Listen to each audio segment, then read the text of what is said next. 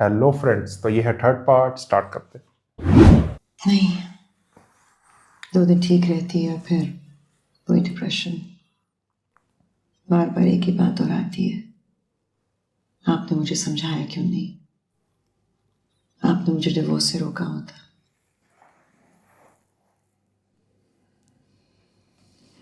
सारू, तुम सारा को अपने साथ इस्लामाबाद क्यों नहीं ले जाते थोड़े दिनों के लिए? आई थिंक माहौल चेंज होगा तो शी फील बेटर। माँ, I'd love to, लेकिन वो जाएगी साथ में। अबू से मनाना तो तुम्हारा काम है ना।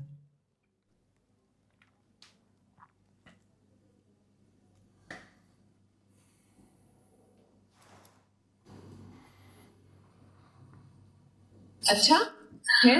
हाँ, शाहजेब का तो अभी भी मूड नहीं था मुझे पाकिस्तान भेजने का। पता नहीं क्यों पाकिस्तान का नाम सुनते ही उसका मूड खराब हो जाता है। लेकिन मैंने भी सोच लिया इस दफा हो जाए नाराज, एक चक्कर तो मैं लगाऊंगी। और अब देखें जब से मैं आई हूँ कितनी कॉल्स कर चुका है मुझे। इतनी परवाह करता है वो तुम्हारी? अम्मी सच में बहुत परवाह करता है, और वो ही नहीं सारा ससुराल करता है। मेरा इतना ख्याल रखते हैं, अगर ना रखते तो अमेरिका में मेरे लिए कितना मुश्किल हो जाता। लेकिन अब तो मुझे पता भी नहीं चलता कि मैं आप सब से और पाकिस्तान से इतनी दूर हूँ। शुक्र है अल्लाह का, 1000 शुक्र। मेरे दिल में तो बेशुमार खदशात थे बेटा तुम्हें ब्याहते हुए, और मैं घबराई भी थी कि इतनी दूर अपनी औलाद को भेज दूंगी। शुक्र है। अरे मैंने अपने घर की तस्वीरें नहीं दिखाई ना, मैं भी लैपटॉप लेके आती। माशाल्लाह से बहुत खुश है।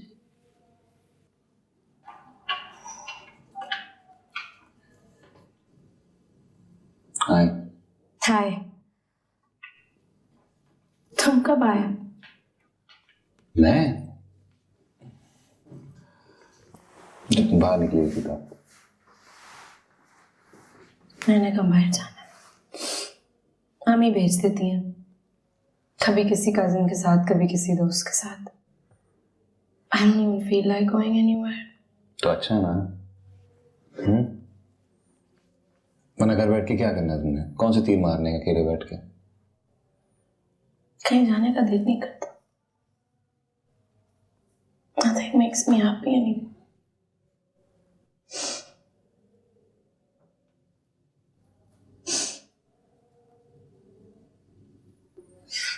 सारा प्लीज इस तरह ना करो। किस तरह कर रही हूँ?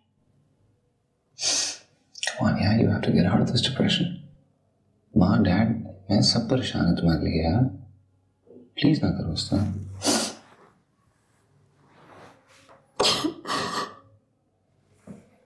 अरे ना कर यार, मैं थोड़ी रो रहा हूँ। I don't know what to do.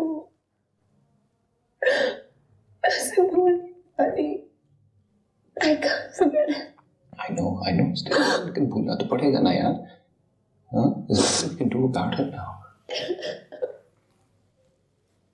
It's gonna be all right now, Kaushi. Please. ना करो। इतना समझाया था इसने उस टाइम। तुमने उसे इनकार कर दिया? जब शादी नहीं करनी तो इनकार ही करूंगी। महमकाना बातें मत करो। क्यों शादी नहीं करनी? तुम्हारी शादी हो गई, क्या ये काफी नहीं है? तुम्हारे मैरिड होने का ये नहीं मतलब कि तुम हर किसी को पकड़ के उनकी शादी कराओ। दूसरों का तो मुझे नहीं पता, और तुम्हारे साथ तो मुझे यही करना पड़ेगा। की लॉजिक होया। मुझे अभी भी यकीन नहीं हो रहा कि इतना अच्छा प्रपोजल तुमने ऐसे ही मना कर दिया। वो कोई प्रिंस चार्ल्स तो नहीं था। तुम्हारे लिए तो प्रिंस विलियम भी काफी नहीं है। खैर उसकी तो अब शादी भी हो गई। मुझे उसामा का बताओ। उसामा के बारे में बात करने का कोई फायदा नहीं है। तुम्हें बता दिया ना, उसे इनकार मैं कर चुकी हूँ। इस इनकार से कोई फर्क नहीं पड़ता। तुम अभी भी अपना फैसला बदल कर उससे बात कर सकती हो। तुम्हारा मतलब है इसे इनकार करने के बाद खुद जाके दोबारा शादी की बात करो? सवाल ही पैदा नहीं होता। वो तो तुम्हें इतना पसंद करता है, खुशी से पागल हो जाएगा जब तुम्हारा इनकार इकरार में बदल जाएगा। उसके और मेरे क्लास के बीच में बहुत फर्क है सिद्रा। कश्यप, ये तुम कह रही हो? हाँ, मैं कह रही हूँ। क्लास डिफरेंस से बहुत बड़ा डिफरेंस होता है। और उसामा मेरे बारे में कुछ जानता ही नहीं है। अपने घर के हालात में उसके सामने कभी नहीं ला सकती।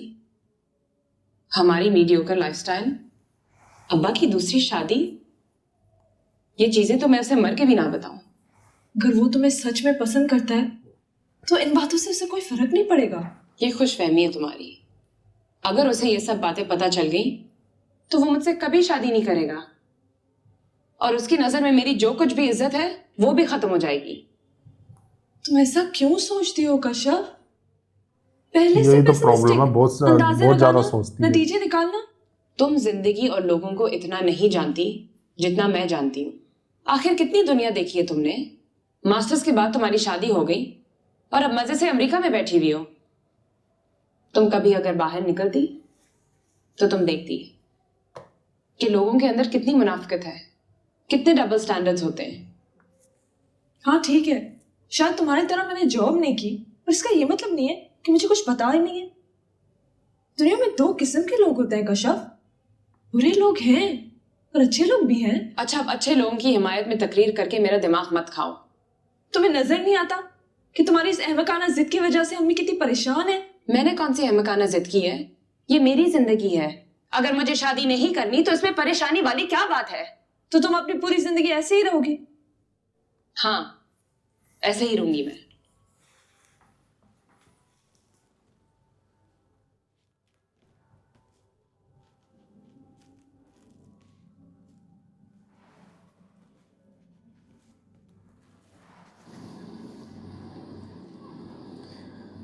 I had no idea कि इतना मिस करूंगी उसे शादी के बाद।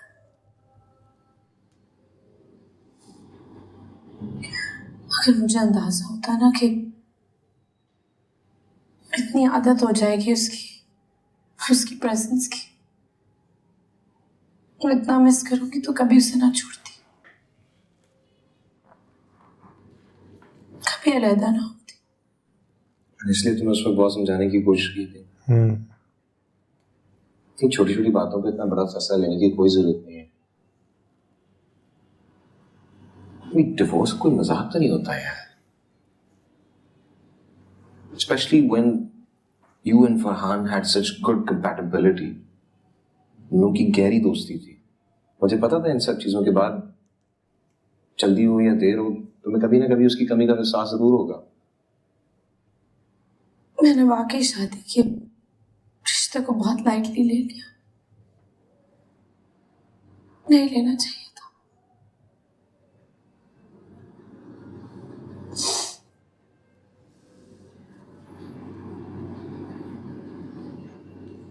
And now what's done is done. Forget about it. You're alive and well. He's moved on. You should move on as well. That's what I don't understand. मुझे समझ ही नहीं आता कि वो इतनी आसानी से मूव ऑन कैसे कर सकता है। Doesn't he miss me at all? जो वेवलेंथ मेरे साथ थी वो किसी और के साथ कैसे हो सकती है? Doesn't he miss me at all? जो कंपैटिबिलिटी, जो अंडरस्टैंडिंग हमारे बीच में थी वो किसी और औरत के साथ कैसे हो सकती है? I just don't understand. Was it that simple for him? कभी तुमने उसे तलाक दी तो कहाँ की कंपैटिबिलिटी, कहाँ की अंडरस्टैंडिंग? पता नहीं क्या हो गया था मुझे। हर चीज को ईगो का इशू बना लिया था। वो भी यही कहता था कंपैटिबिलिटी और अंडरस्टैंडिंग तो तब होती है ना जब बातचीत हो रही हो। There was no communication between us. कौन सी कंपैटिबिलिटी और कौन सी अंडरस्टैंडिंग?